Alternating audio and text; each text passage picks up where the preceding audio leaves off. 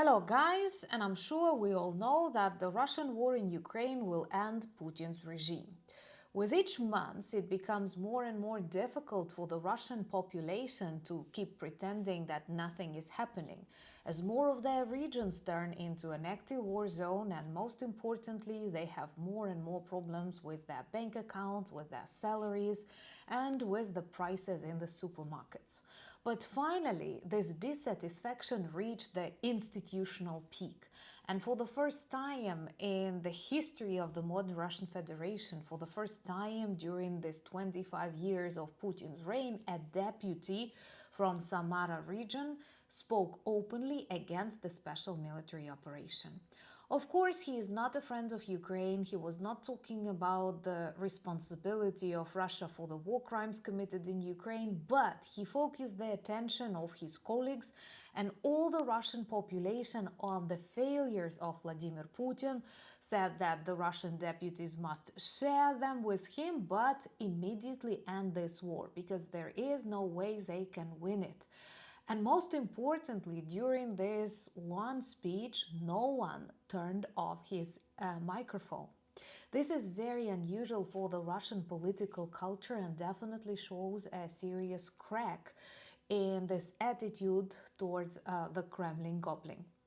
So for quite a long period of time, this deputy from Samara, Grigorii Eremeev, spoke openly about the problems that the special military operation caused inside the Russian Federation, how no one expected that this war would last for more than 4 years. And I did love the summary where he said that the economy of Russia is approximately 2% of the world economy, while the economy of all NATO countries that support Ukraine, and the majority of countries surprisingly support Ukraine, is more than 50%. So it's totally unrealistic that Russia can defeat the world. And I agree with him here, and I also believe that the end of Putin's regime is way closer than even the optimistic people expect. My name is Anna, I'm from Ukraine, I'm in Ukraine, and if you want to see the defeat and demilitarization of Russia that has already started, subscribe.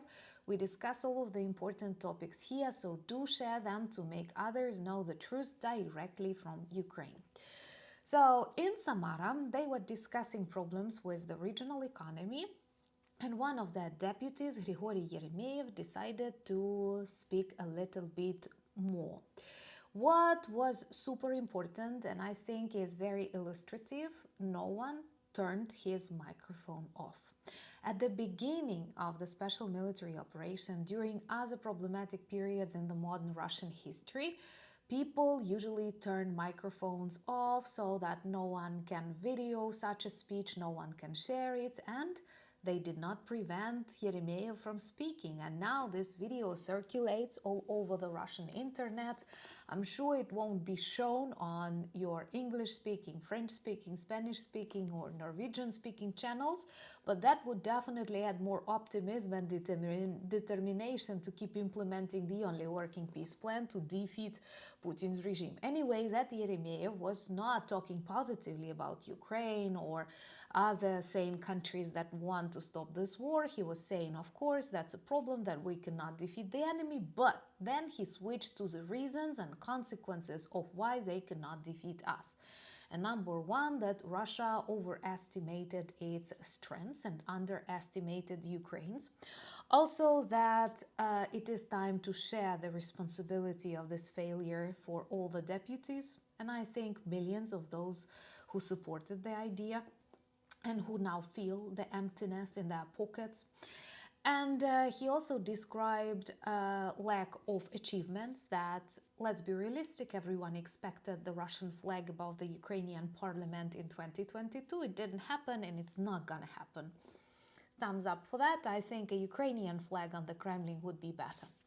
But anyway, he also spoke about huge economic losses, and we already know that there are a number of regions inside Russia that announced themselves bankrupt, like Saratov.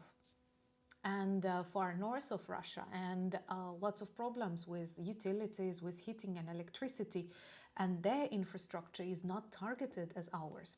So he was also super worried, and actually that is true, about the general degradation of the population that is now used to observing the Russian war crimes in Ukraine, treats that as something normal, and the consequences will be devastating for the Russian population, because here in Ukraine the feeling of justice, the feeling of moral clarity is not distorted. I think it is even sharpened, and I do feel safe inside Ukraine when I'm not thinking about the Russian bombs or drones. I do feel the support, unity, understanding, respect coming from my countrymen.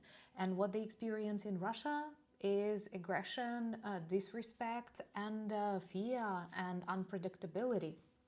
And that's why they start listening to people whom they feared before. And on the Danilchuk channel, we have a separate video, fresh video dedicated to new letters of Igor Strilkov-Girkin, who was greatest Putin supporter and now imprisoned for speaking the truth about the problems of the Russian army and the Russian economy. Do check this video. It tells a lot about the problems inside Russia, and his focus for 2026 is very pessimistic for the Kremlin, thus very optimistic for all the freedom-loving people. And but perhaps my favorite part was this comparison of the Russian GDP towards the global GDP, and the fact that Russia stands for just 2% when the countries that support Ukraine make up 50%. And by the way, that's what Girkin is talking about, that the RIA of Russia is very vulnerable, very weak, and very anxious right now, with more and more strikes, with more and more economic pressure. And in Ukraine, he considers our area all the good people of the European Union, of Canada, of Australia, and I have to thank you for that you are our strong RIA, and Russians fear that a lot. One more reason for us to remain united. So comparing Russia's 2% GDP in this global context and the NATO countries, which makes it 50%, he said it is literally impossible to win this war. Then he perhaps predicted the question, then why Russia is not defeated? Just because Russia has nuclear weapons and the world does not want to cause more troubles, hoping that the solutions will be found. And one of these solutions would be Putin in The Hague, not as a tourist, but as a prisoner. He deserves that. And I'm sure this is something we will definitely discuss on this channel. So subscribe to witness that together. Also follow me on Substack, Instagram, X, Blue Sky, Threads, Discord. All of these links you will find in the description of this video, same as the link to our March shop. Remember, last day for special price on our calendars that remind you about the victories of Ukraine and the beauty of my country, that you are all invited to discover one beautiful day when we defeat the evil. That's the only working peace plan, and Putin will have fun somewhere in his cell in The Hague or wherever they send him. Thank you once again for your support, for buying me coffees, becoming my patrons and sponsors of the channels, but most importantly, thank you for standing with Ukraine. Slava Ukraini!